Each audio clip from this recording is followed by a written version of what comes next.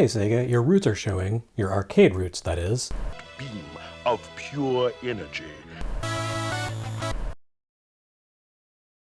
While Sega's frothiest fans tend to obsess over Sonic the Hedgehog, the real Sega diehards know that the company's true strength rests in its mastery of the arcade. For many people, Sega's true arcade dominance began in the mid-80s with the advent of superscalar games like Outrun and Afterburner.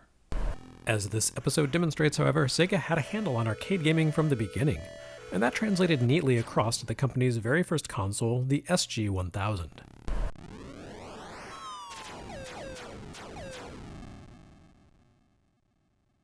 We begin here with Sega's first go at adapting pinball into a video game format. Having existed as an amusement vendor since the 1950s, Sega Enterprises had more than a decade of experience with pinball table design by the time the SG-1000 launched, so an adaptation of pinball to the system was only natural. Surprisingly though, Sega Flipper doesn't appear to be an adaptation of an existing Sega table. A quick survey of Sega photos and flyers of the Internet Pinball Database reveals the fact that the design of Sega Flipper's table sits well outside the orthodoxy of the company's normal layouts from the era. The closest connection I can really spot is that the comic book chrome of the cover art echoes the aesthetics of 1977's Space Shuttle table. But in terms of the actual layout, this is all new, all different. Rather than converting a real-world table, Sega instead took advantage of the video format to create one that perhaps was too odd or unrealistic to work in physical form. Two features in particular set Sega Flipper's table apart from Sega Enterprises' physical creations. First, the lower table is mostly an empty expanse of nothingness. More notable, however, is a second set of flippers in the upper left corner. While Sega tables sometimes experimented with multiple flipper sets, these almost always appeared at the bottom of the table as a complication en route to the gutter. Here, however, the extra flippers are what amounts to a tiny sub-table near the top, a boxed-out area containing two extra bumpers and a target at the top, allowing players to rack up extra points if they can maneuver the ball into that area. Typically, Sega tables just had 2 or 3 large bumpers dominating the upper table, so this design really stands apart. Even if Sega Flipper doesn't recreate a real pinball table, it's notable for attempting to recreate real pinball as an experience. That was something rarely seen on consoles to this point in history. Video pinball titles in the late 70s and early 80s typically worked more like Breakout than actual pinball, with the table elements simply existing as a way to jazz up a game about breaking bricks. This standard was pretty much set by Namco's GB and carried through to the Atari 2600. And Nintendo's 1984 pinball would even pay homage to this format with its Mario-themed bonus screen. Sega Flipper, which may possibly have been another one of those SG-1000 titles developed by Studio ELS, is the first instance I can find of a console pinball table simply being, pinball. As such, it's pretty remarkable, though not perfect. For one thing, it squeezes an entire vertical table into half of a single screen, rather than using the dual screen approach or a wide full-screen table design popularized by Nintendo's Pinball and Naxat's Crush games for the latter. The tiny size means the ball moves fast, and an entire play session can be over within less than a minute. Keeping the ball in play for more than a few seconds requires genuine skill and quick reflexes. It doesn't help that the ball physics are pretty rudimentary. The action seems convincing at first, but the longer you play, the more it becomes apparent that the ball tends to follow certain paths and behave specific ways regardless of how you interact with it. Even the plunger action feels digital. There's also a tilt function, but it doesn't seem to have much impact on the ball, if any. Compared to the more nuanced ball physics of later games, Sega Flipper feels just a step or two removed from handheld LED and LCD pinball titles like Wildfire and Game & Watch Pinball. I suppose in that sense, it's another transitional game, like the Champion Sports series. Sega Flipper is somewhat noteworthy as being perhaps the only game that plays best on the SG-1000's original control pad. The first model of the system shipped with a controller hardwired into the console, which feels very much a product of its era. The standard controller, or SJ200, is meant to be cradled in one hand while your other hand manipulates the joystick. The two action buttons are placed on either side of the stick to be worked with the thumb and middle finger of the hand holding the controller.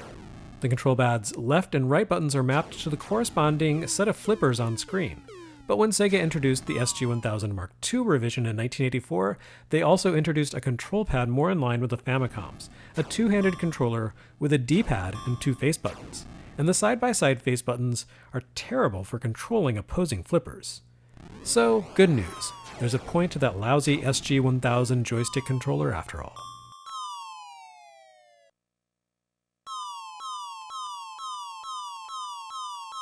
While Sega Flipper amounted to a pastiche of Sega's work with real pinball tables, the rest of this episode's games are all direct conversions from existing arcade titles. I'm afraid not all of them are winners though, because first we have to get through Pop Flamer. A port of an extraordinarily obscure Jaleco arcade game, Pop Flamer belongs to a very particular category of sweaty, desperate games that attempt to evoke even a miserable scrap of Pac-Man's leftover success by throwing everything imaginable at the wall and praying to God something sticks. In this case, you have a mouse in a maze being chased by frogs and a tiny Godzilla, popping balloons, quaffing magical potions, and carrying a flamethrower. It's random, but it's not the good kind of random. There's no cogent through line or reason for any of this. It's purple monkey dishwasher game design in action.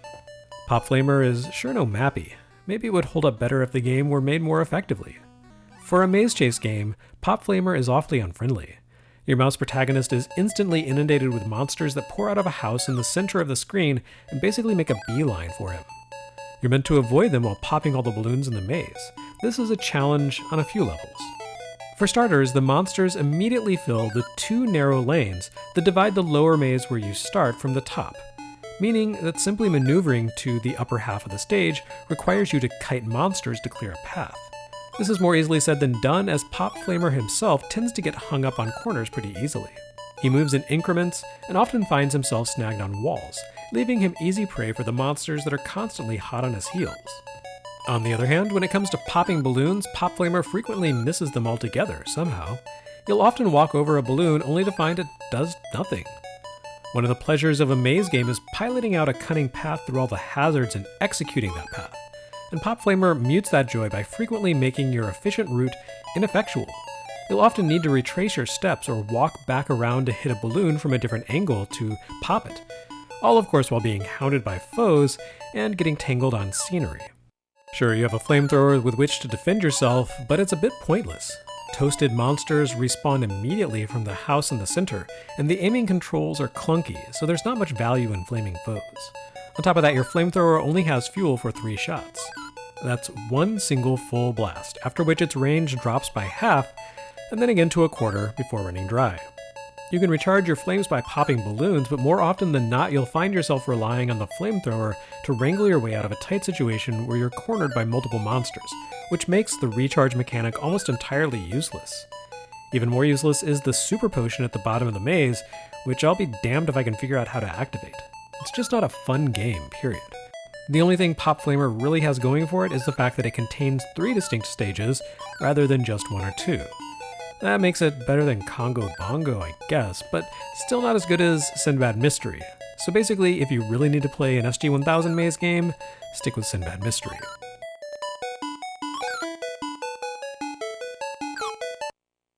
Or, better yet, stick to Pakkar. Believe it or not, this is a direct adaptation of a classic landmark Sega title from the 1970s, or more to the point, a sequel to that game.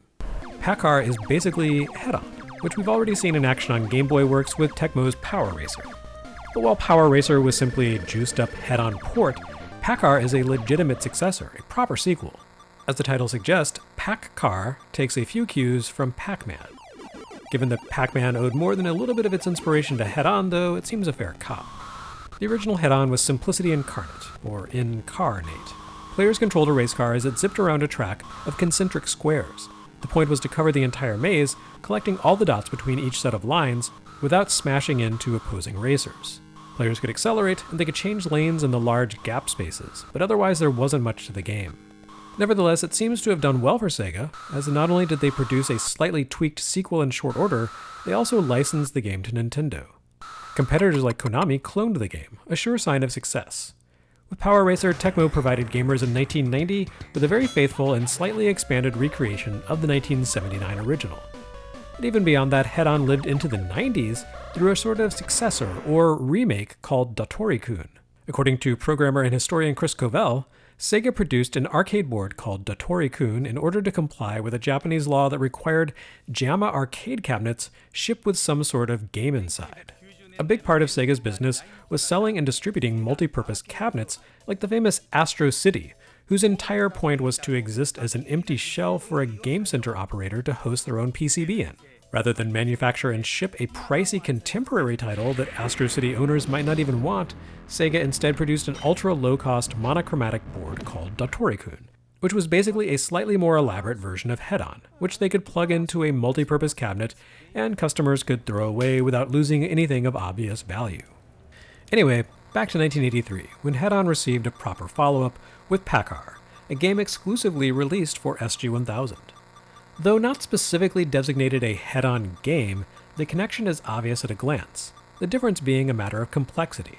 Pakkar takes the basic premise of Head-On, a car dodging rivals while collecting dots, and transplants it into a maze reminiscent of Pac-Man or Crush Roller. Your car loses the ability to accelerate here, but it gains the power to reverse its direction. Admittedly, putting the car into reverse is a sort of last resort option, as you move at about half speed when driving backward.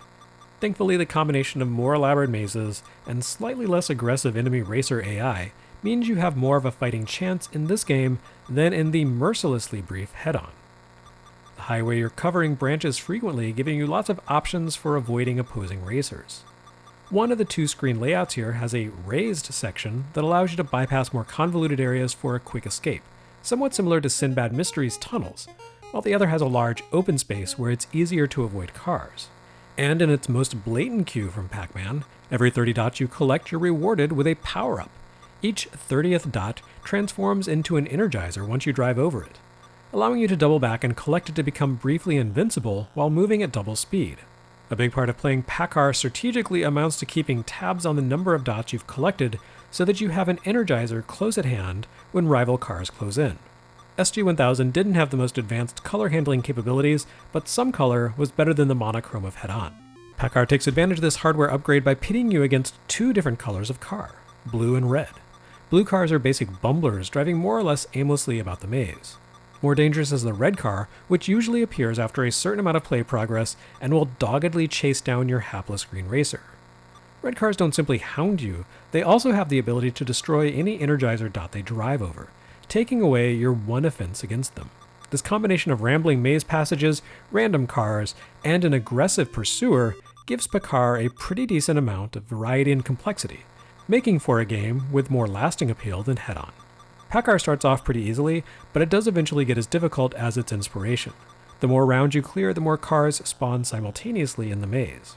Once you clear 3 sets of 2 mazes, the enemy racers immediately double in speed at all times, making for a situation that seems nearly impossible to survive for more than a level or two. Suddenly, the energizers simply bring you briefly to the same level as your enemies, rather than giving you a speed advantage. Measuring out those precious power-up appearances is your only hope of survival. It's a worthwhile update of a foundational video game classic, so it's a shame that Pakkar has never appeared anywhere to my knowledge besides this SG-1000 cart. But every console needs its notable exclusives, right? Much less exclusive than Pakkar, but still decent, is this SG-1000 version of Namco's arcade masterpiece Galaga. By all accounts, this is the first ever home console conversion of Galaga, with the planned Atari 2600 and 5200 conversions succumbing to the disastrous Atari crash of 1982 and 83. Despite what the title may suggest, there's nothing specifically Sega-ish about this conversion. It's simply Galaga on a Sega console. According to some findings from the ever-reliable GDRI, this conversion was actually programmed in-house at Namco. Sega Galaga appears to have been developed alongside similar conversions for the wildly obscure Casio PV2000 and the Sword M5 home computers, both of which had MSX-like architecture, making them very similar under the hood in turn to the SG-1000. Those computer releases shipped under the name Galax. The involvement of Namco no doubt accounts for the overall quality of Sega Galaga. While it isn't nearly as faithful to the arcade release of the Famicom conversion that would follow at the end of 1984, it's far more convincing than the SG-1000 port of Congo Bongo. Sega Galaga loses a few notable features in making its way to SG-1000, though. Most notable is the absence of challenging stages. In arcades, every third stage of Galaga took the form of a shooting gallery in which formations of enemy ships would dart onto the screen, circle around, and fly away again without attacking. Players were rated on their performance and accuracy, and successfully taking down all 40 fighters amounted to a huge score bonus. That feature simply doesn't exist here. Instead, every fourth stage reduces the difficulty level to give players a sort of breather before ratcheting up the aggression of enemy craft to the next level again. Sega Galaga also omits a few more subtle features, like the way certain minor enemies will split into a trio of unique fighters for a bonus scoring opportunity once per stage. And generally speaking, the dizzying grace of enemies is largely absent here. Galaga caught arcade-goers' eye with its colorful, dynamic visuals. Fundamentally, it played pretty identically to the older Galaxian, which in turn didn't stray too far from Space Invaders. What really set Galaga apart was the way the enemy moved. Rather than simply appearing as a mass of targets at the top of the screen, these invaders streamed into the scene as rows of fighters, performing loops and doubling back to take formation, 8 ships moving fluidly across the screen at a time. The SG-1000 couldn't do fluid, so instead we get more staccato motion as the attacking waves stop-start their way into place. Similarly, once the Galaga fleet takes its position, the patterns they use as they peel away to attack the player are less varied and less elaborate than in the arcade. Of course, it wouldn't be Galaga if Sega Galaga didn't incorporate the game's trademark feature, the ability to sacrifice and recapture a fighter to double your firepower. That appears here as it should, but it's strangely difficult to execute. The sputtering motion of enemies makes it more challenging than usual to tee up an opportunity for an enemy flagship to activate its tractor beam without accidentally destroying it, or without being smashed into by another enemy fighter. Once you do manage to dock 2 fighters together, however, Sega Galaga becomes comically easy, at least for a while. The invaders are so diminished, and your dual ship is so deadly, that you can nearly wipe out the entire fleet before it has a chance to even form up and begin attacking, stage after stage. This does come to an abrupt end around stage 10, the point at which the speed of the enemy formations becomes faster than you can easily handle within the constraints of the hardware. Just as Pakkar goes from manageable to impossible after a few stages, Sega Galaga goes from laughable to game over almost instantly. So maybe it's not perfect. But even so, Sega Galaga exceeds the quality people were accustomed to in contemporary arcade-to-console conversions. Compare this adaptation to anything besides, say, Donkey Kong or Mario Bros. For Famicom, and it comes away as a masterpiece conversion of its era. I can't imagine it's anyone's Galaga conversion of choice these days, but in 1983, it must have made quite an impact.